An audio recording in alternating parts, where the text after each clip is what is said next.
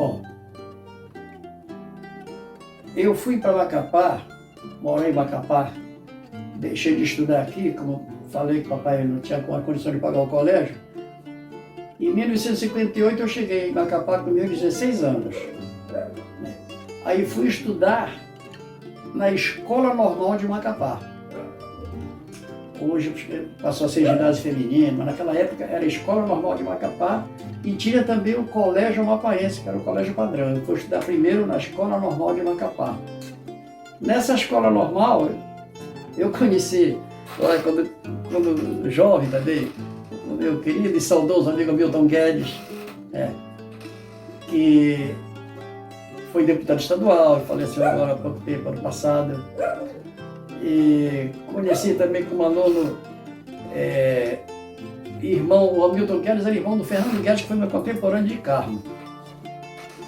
Depois eu passei a estudar no Colégio Amapaense, onde eu conheci também de lá Luiz Gonzaga, Luiz Gonzaga Guedes, que mais tarde veio se casar com a minha prima Nelci Ribeiro, são os pais da Nayara e do Bruno. Bruno recebeu esse nome em homenagem ao avô dele, pai do Luiz, que era um senhor muito distinto, bem educado. Então, era o gerente de uma farmácia lá, que ele era o médico daquele bairro. Então eu conheci esses amigos e um certo dia eu fui assistir a um programa de auditório que existia na Radiodifusora de Macapá, programa de auditório. Naquela época era a única rádio existente, era a Radiodifusora. E tinha um programa de auditório, um programa de calouro. Lá um certo domingo eu assisti um garoto tocando lá, um menino novo tocando baixinho, tocando. Era o meu amigo Gercino Pacheco. Eu conheci o Gercino, vi ele tocando, me aproximei dele, perguntei onde ele morava e passei a visitá-lo. Depois eu vim para casa, sem instrumento, sabe que eu não tinha instrumento. E tinha um vizinho, Marcelino, me lembro bem do nome dele. Ele tinha um cavaquinho, ele tocava um pouquinho, eu emprestava dele para aprender alguma coisa em casa, Aí eu resolvi ir para a casa do Zé Crioulo, que eu conheci, era meu vizinho também. O Zé Crioulo começando a tocar violão, já tocava um pouquinho. Aí eu virei um católico praticante, porque a mamãe não deixava ele sair de casa, ela tinha medo dele. Nem violência naquele tempo tinha tanto assim como hoje, Mas ela tinha muito cuidado com a gente. Para eu sair de casa eu teria que ter um motivo.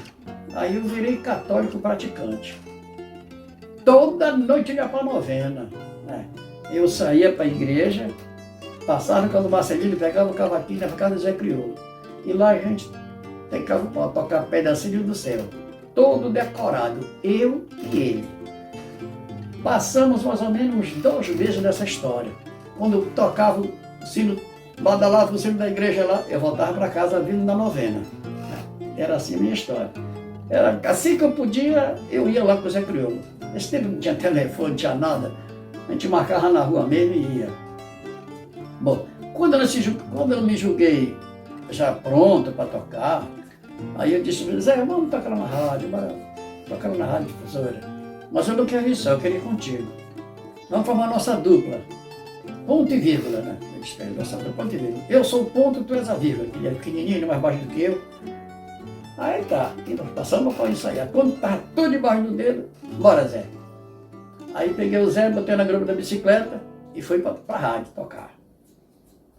Lá, eu inibido, nunca tinha ido naquela história, mas toquei, podia assim, a inscrição era feita na hora. Aí o Zé, que era mais desinibido, foi lá e fez a inscrição. Só que o filho da mãe deu só o meu nome, não deu o nome dele. Ele viu a plateia, achei, ele gelou, deu o meu nome e saiu de lá e disse, tá pronto, olha, eu vou ali fora fumar um cigarro, tu me espera aqui. Aí eu entrei lá no auditório, uma cadeira lá, aí eu fiquei na cadeira, olhando pela janela, do lado dele. E ele disse, nós somos 7, eu vou ali fora fumar um cigarro e já vejo. E eu aqui nervoso, com o meu cavaquinho na mão, nervoso. Aí cantou o primeiro. O primeiro foi a Aldenora Costa, até uma conterrânea minha. filha de uma senhora lá de Anajás. Ela nasceu em Anajás também, lá no Cururu. Cantava bem a menina. Tivemos até um namorico, posso dizer que foi a primeira namorada, um namorico de olhar. Aí, ela cantou e eu aqui contabilizando. Bom, cantou o primeiro, faltam 6. Aí, me lembro bem o segundo filho, Josemir, filho de um dentista lá, irmão do Josimar, que é dentista aqui. Me lembro bem, Josimar, não me lembro o sobrenome. Aí cantou, eu, aqui tenho 2, ainda tem 5, só comigo aqui. E olhar lá para fora, o Zé ria.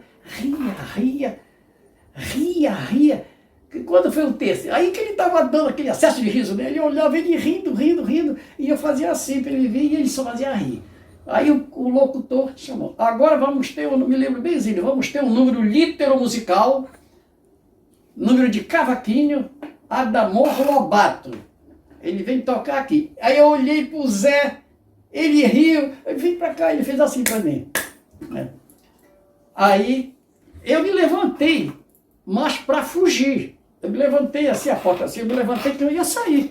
Aí eu me lembro, o radialista era daqui de Belém, estava lá, Lindolfo Pastana. Ainda tem parente dele por aí. Aí eu me levantei e disse, aplausos pro calor, que ele merece, vou aplaudir. Adamor Lobato. Aí eu fui pro palco, não tive outro jeito, não deu para sair. O Nonato Leal, que está com seus 92, 95 anos, ainda é vivo, estava lá e disse, garoto, sobe que vai dar certo. O Nonato Leal.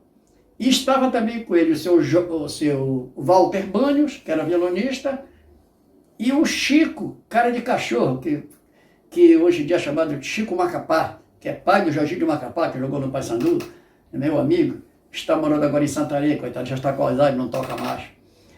E eles me disseram, vamos. Aí eu subi, nervoso, perdi a palheta. A palheta estava aqui no bolsinho da minha calça, assim, um bolsinho, tipo a de algibeira, né?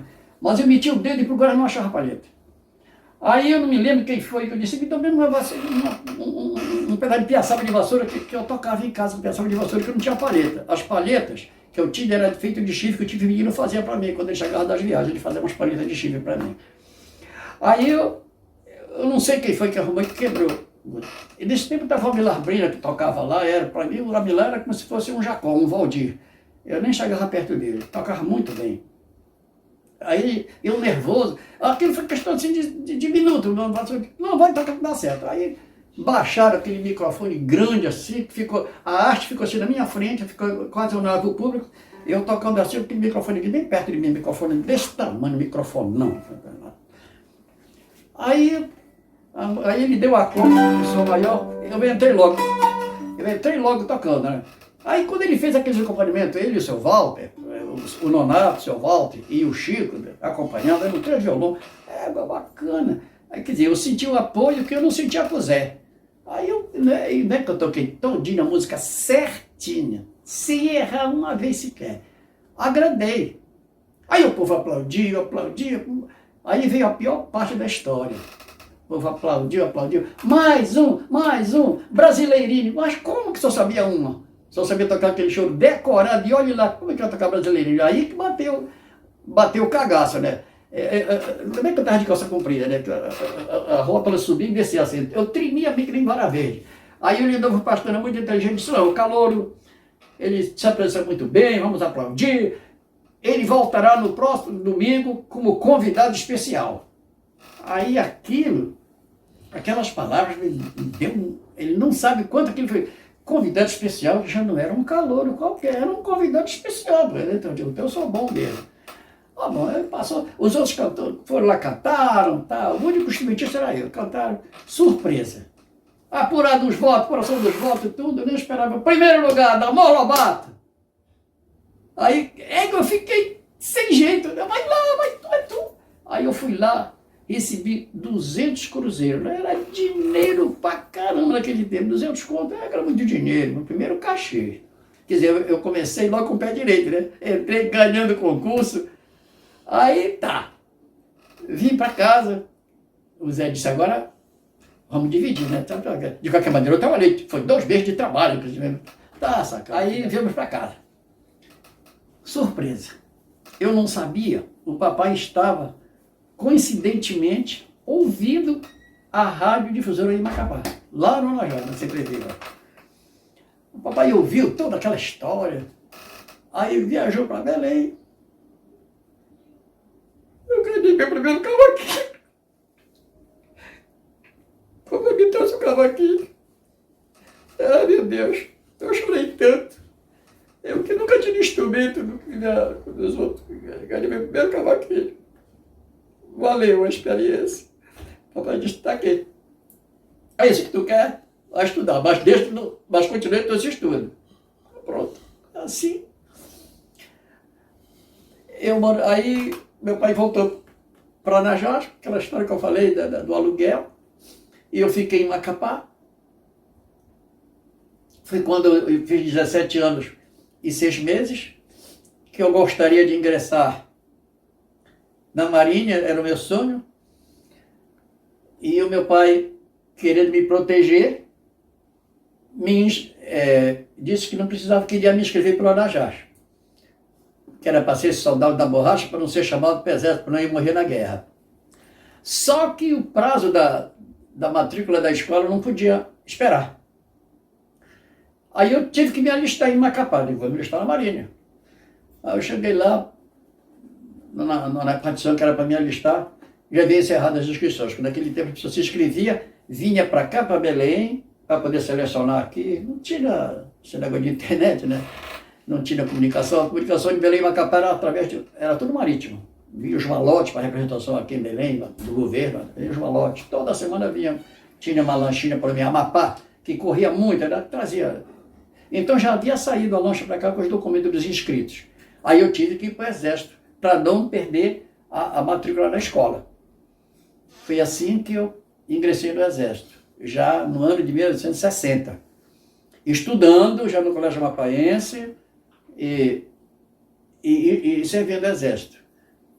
Como eu tocava na rádio, já tinha me apresentado assim, aí depois que eu fiz o programa de calor, eu não voltei mais na semana seguinte, mas quando? Que só sabia uma. Passando os meses, eu já tocava alguma coisa, mas eu já ia para lá espiar. E o Amilar, como via que eu havia ganho, ele me chamava. Então o programa Alô Brotos era um programa Clube do Guri. De 9 às 10 era a criançada, que cantava aquelas cantigas de roda, aquelas criancinhas. Aí de 10 horas em diante eram os adolescentes, né? De 11 anos para frente.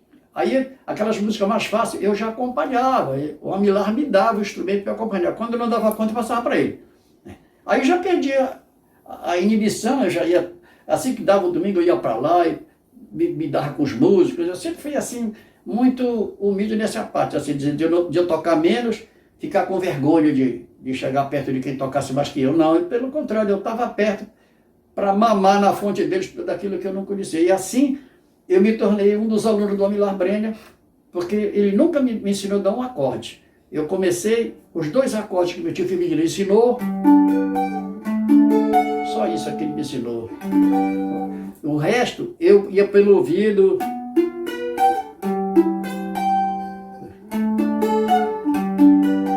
Eu ia pelo ouvido, vendo onde dava melhor a sonoridade, então eu fui aprendendo.